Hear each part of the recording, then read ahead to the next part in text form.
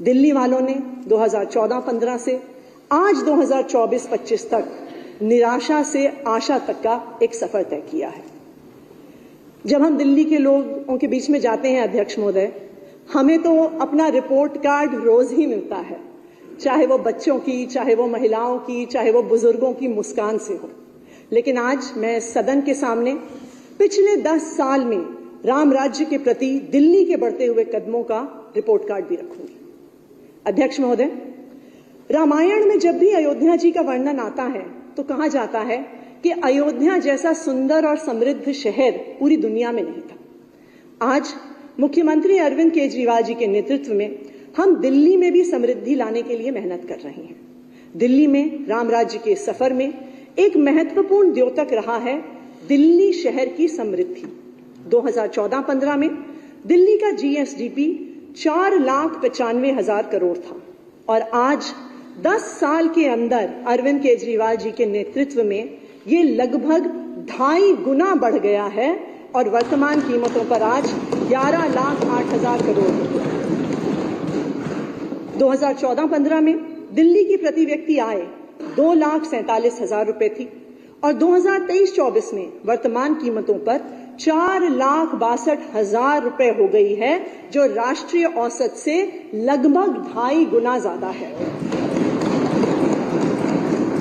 अध्यक्ष महोदय, मुझे ये बताते हुए बेहद खुशी हो रही है कि दिल्ली देश में 1 करोड़ से अधिक आबादी वाले राज्यों में प्रति व्यक्ति आय के मामले में पहले नंबर पर है। पिछले 9 सालों में दिल्ली और दिल्ली वासियों की समृद्धि तो बढ़ी ही, साथ ही दिल्ली सरकार की भी समृद्धि बढ़ी है। एक ईमानदार सरकार होने के कारण हमारे राजस्व में लगातार बढ़ोतरी हुई है।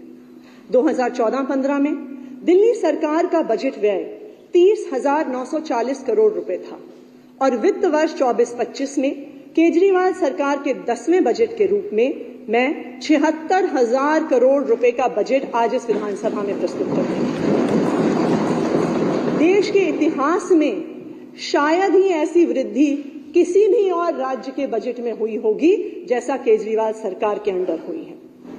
वर्ष 2014-15 में 7,430 करोड़ रुपए के पूंजीगत व्यय, जो एक तरह से किसी भी राज्य के डेवलपमेंट का इंडिकेटर होता है, जो कैपिटल एक्सपेंडिचर, 2014-15 में 7,430 रुपए के पूंजीगत व्यय की तुलना में इस साल पूंजीगत व्यय 15,089 करोड़ रुपए हो गया है, जो 2014-15 के दुगने से भी ज्यादा है।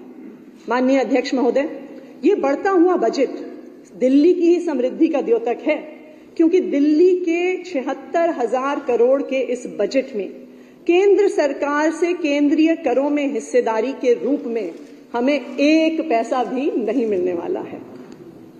अध्यक्ष महोदय, ऐसा कहते हैं कि राम राज्य में कोई गरीब नहीं था, हर परिवार समृद्ध था। दिल्ली के मुख्यमंत्री अरविंद केजरीवाल जी ये मानते हैं कि गरीबी दूर करने का एक ही रास्ता है और वो है हर बच्चे को अच्छी शिक्षा देना। दिल्ली के लोगों ने 2015 में जब अरविंद केजरीवाल जी को अपना मुख्यमंत्री चुना तो उन्होंने शिक्षा को अपना राजधर्म बनाया और पिछले 9 सालों में अपने प्रयासों से दिल्ली की शिक्षा व्यवस्था में आमूलचूल परिवर्तन लेकर आए। मुझे याद है अरविंद केजरीवाल जी के मुख्यमंत्री बनने से पहले दिल्ली के सरकारी स्कूलों का क्या हाल होता था। आप स्कूल के अंदर जाइए तो सबसे पहले टॉयलेट की बदबू आती थी। ऐसे होते थे दिल्ली की सरकारी स्कूल। पीने का पानी नहीं होता था, खिड़कियां टूटी हुई होती थी, लाइटें टूटी हुई होती थी, क्लासरूम में डेस्क नहीं होता था, टीचर नहीं होते थे, ब्लैक बोर्ड नहीं होता था। जर्जर टूटी सीलन खाई दीवारों वाले अंधेरे क्लासरूम में ऐसा लगता था कि मानो बच्चों की शिक्षा ही कहीं गुम हो गई हो। कोई भी व्यक्ति अपने दिल पर पत्थर रखकर मजबूरी में अपने बच्चे को प्राइवेट स्कूल में भेजता था और सोचता था कि काश मेरे पास थोड़े पैसे होते तो मैं अपने बच्चे को सरकारी स्कूल से निकाल के प्राइवेट स्कूल में डाल देता। ऐसा लगता था कि 3 साल के बच्चे की हाथ की लकीर ही उसका भविष्य तय कर देती थी। अगर वो एक अमीर परिवार में पैदा होता और उसके माता पिता एक महंगे प्राइवेट स्कूल की भारी भरकम फीस दे पाते तो उसे अच्छी शिक्षा मिलती, उसके बाद वो अच्छे कॉलेज में एडमिशन लेता और उसके बाद एक अच्छी पैकेज वाली नौकरी पाता। लेकिन अगर कोई गरीब घर में पैदा होता तो उसके माता पिता को उससे मजबूरी में एक टूटे फूटे सरकारी स्कूल में भेजना पड़ता। शायद वो अपनी स्कूली शिक्षा नहीं पूरी कर पाता। अगर पढ़ाई पूरी हो भी जाती तो सरकारी स्कूलों में पढ़ाई का स्तर इतना खराब होने की वजह से उसे अच्छी नौकरी नहीं मिलती थी। उसे कहीं पे मैकेनिक का काम करना पड़ता था, किसी दुकान में एक छोटे से हेल्पर का काम करना पड़ता था, किसी के घर में काम करना पड़ता था। ऐसे में अध्यक्ष महोदय ये तय था कि अमीर परिवार का बच्चा अमीर होगा और गरीब परिवार का बच्चा गरीब ही रहेगा।